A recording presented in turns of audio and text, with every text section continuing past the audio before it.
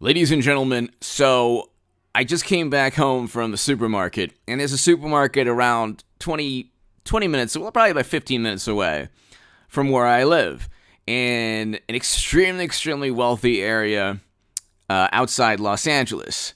It's in LA County still, technically. And so I go there just because the supermarkets in my area, even though I live in a nice area, but the supermarkets in my area at around 10, 11, 12 at night, the city turns into Mad Max. It really does. You have homeless people walking in the middle of the street. It's like oftentimes pandemonium. And this is obvious. This is a recent event, recent occurrence. All this took place in about the past couple of years. What coincided with that? Anyway,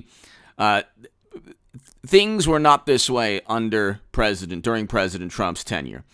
That being said, people are still stealing things and stealing items apparently every night. And I didn't see a person run out of the store, but while I was speaking to the man and the woman who were helping me with my groceries and, at the checkout aisle, she said, do you see that person running out? And I looked, but I guess I saw like maybe, I didn't see the person run out, but it was like a foot that I had seen just run out of the door, towards the end of the supermarket. So I didn't see anyone take anything, but she said, they just stole some things. And apparently this happens every night. People either pile up things in the shopping cart and dare employees to stop them, or like she was telling this wonderful woman there, very nice lady who I see all the time, and a very nice man that I've spoken to, numerous times at this supermarket. People are stealing things, putting things in their pants. This one man, she said, tried to put steak in the back of his jeans. Okay, she saw that, and she even told me, she's like, I told him to, you can't, take that steak or those items, and I said, don't do that, because people have lost it. You don't want to risk your life. Your life is precious, and there's no amount of money that could ever replace that. And so she said, you're right. But I'm thinking to myself, I was going to do a different segment. I was going to do a segment on the Durham Probe Special Counsel, but I wanted to kind of give you an update as to what's taking place in Southern California. And I was going to do a segment as to, like, pertaining to the types of people I see. There are two types of people that I see in Southern California. And when I mean types of people, I mean mentality. Like, you can almost see their outlook on life. And this is a kind of different topic, but, like, there are people who want to move on and live their life in the manner they lived prior to the past 2 years, and there are people who were almost traumatized by it. And then there are individuals who've completely lost it, and they're just taking things, shoving things in their pants, loading up the shopping cart, and just leaving. Hit subscribe to this channel, by the way, right now if you enjoy these segments. If you enjoy my work on the Durham Probe Special Counsel, an actual special counsel like the Mueller Probe, and my writing in The Hill, the Huffington Post, Salon, the Jerusalem Post, the Federalist, other publications, you can go to hagoodman.com, read my article in the Federalist predicting the stock market crash we're going to have and the economic catastrophe we're seeing today. That's below in the pinned comment. I have a great segment, a very important segment on the stock market crash channel today, so hit subscribe there as well.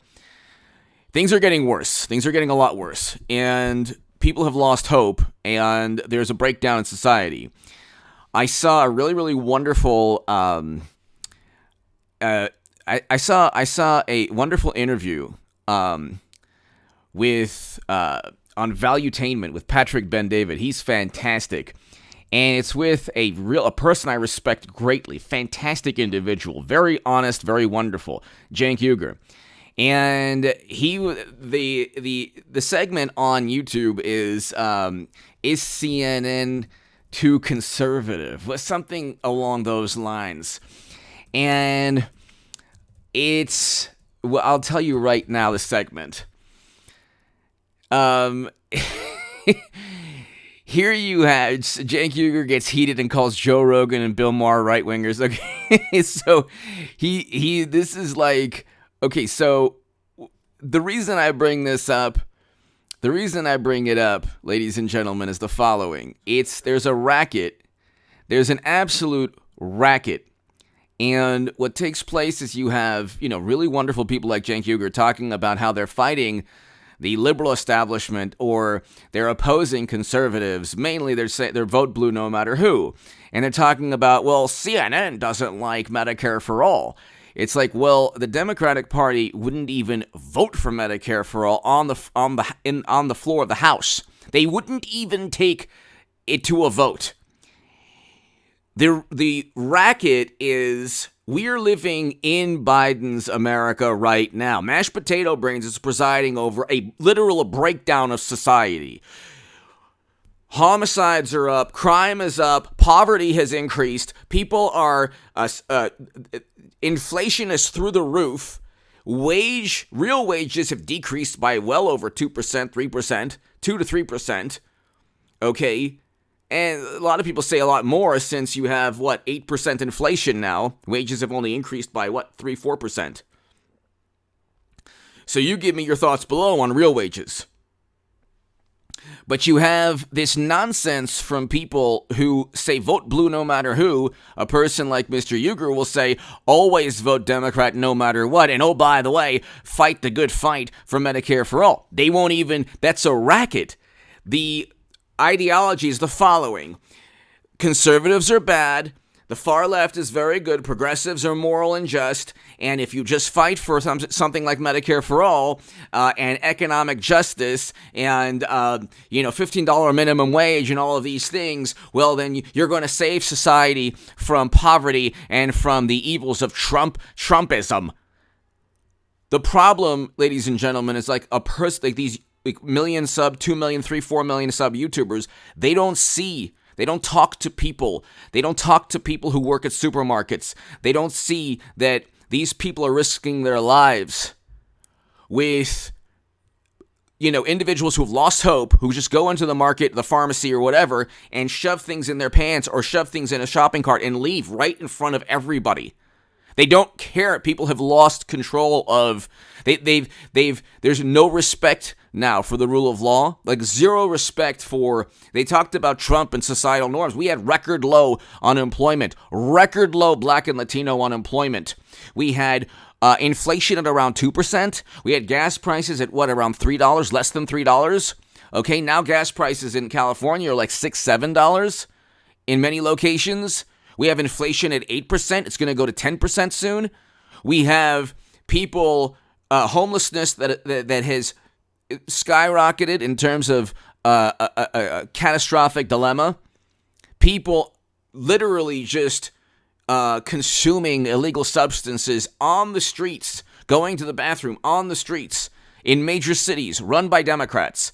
And then you have the liberal, wonderful, very intelligent YouTuber I respect so much talking about Medicare for all. These are pipe dreams that Democrats have literally cheated Bernie Sanders over. That's why I love Trump. Because with Trump, the worst thing you have is insults. But the best thing you have is a great economy, a much better foreign policy. There's a reason that poor country right now wasn't invaded under Trump. There's a reason. There's a lot of reasons. Trump presided over a wonderful foreign policy compared to mashed potato brains, and without a doubt, a much better economy. And the policies, the Democratic policies caused all of this, especially in big cities. You don't want to incarcerate people for nonviolent crimes forever, but when there's violent crimes and when there's an epidemic of people losing hope, so you don't want to, mass incarceration, you don't want to incarcerate people forever, that's true. But then you don't want to make it so they can just go into a store, take anything they want, threaten employees, and leave without feeling any consequence. My point in bringing up the wonderful Cenk Uygur, fantastic human being, wonderful, intelligent, respect him greatly, is that if you have a 4 million sub YouTube channel and you're on the left and you are basically, CNN, MSNBC, and then that YouTube channel, and you pretend to be on the left, fighting for Medicare for all when Democrats literally won't even vote for it.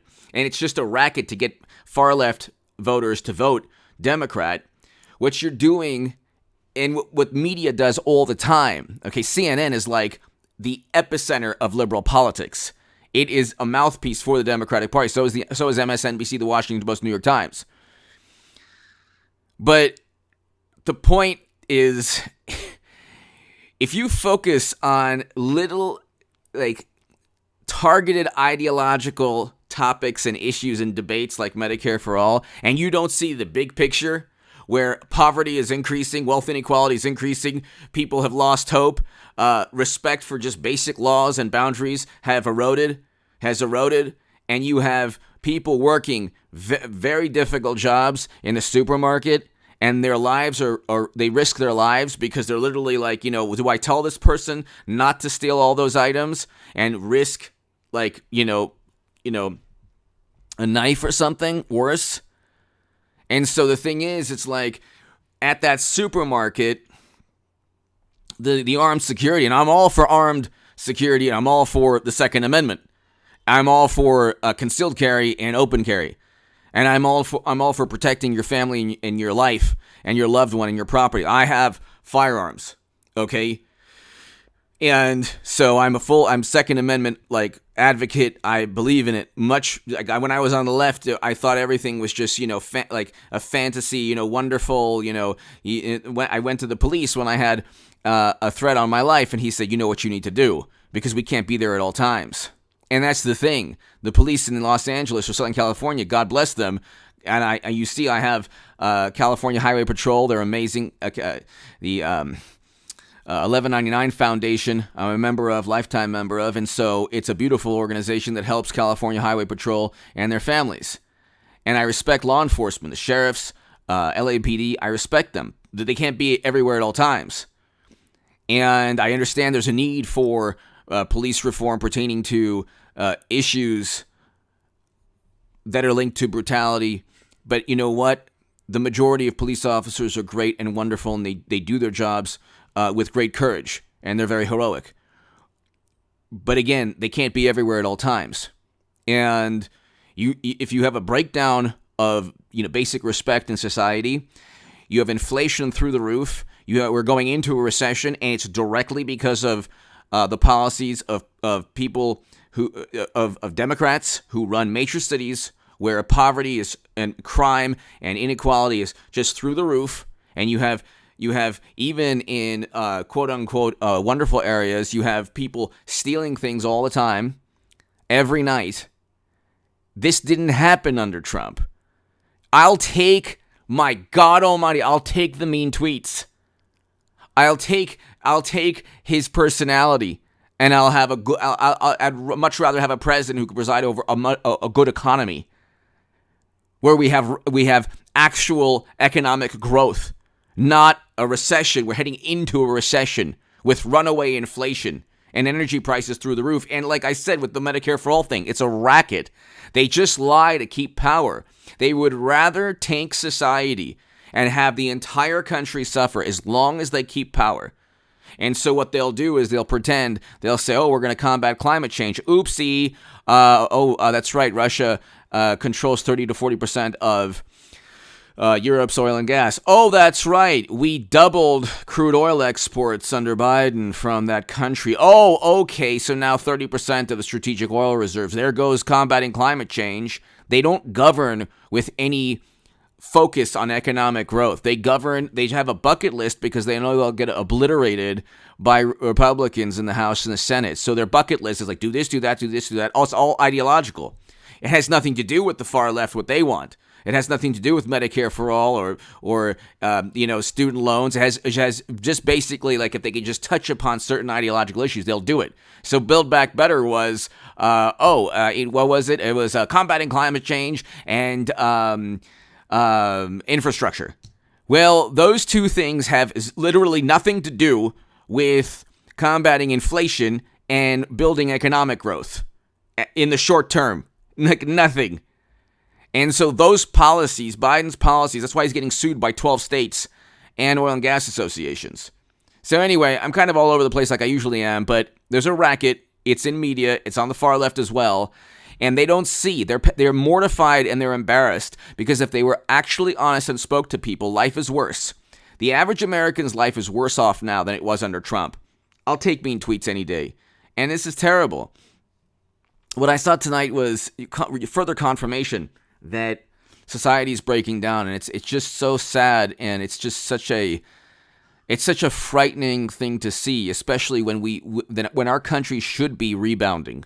We should be rebounding. Hit subscribe to this channel right now. And there are many reasons why we're not rebounding, and they're all linked to the Democratic Party and media. Give me your thoughts below. Hit subscribe to this channel right this second. I'll be back tomorrow morning with a very important segment on the Durham Probe Special Counsel.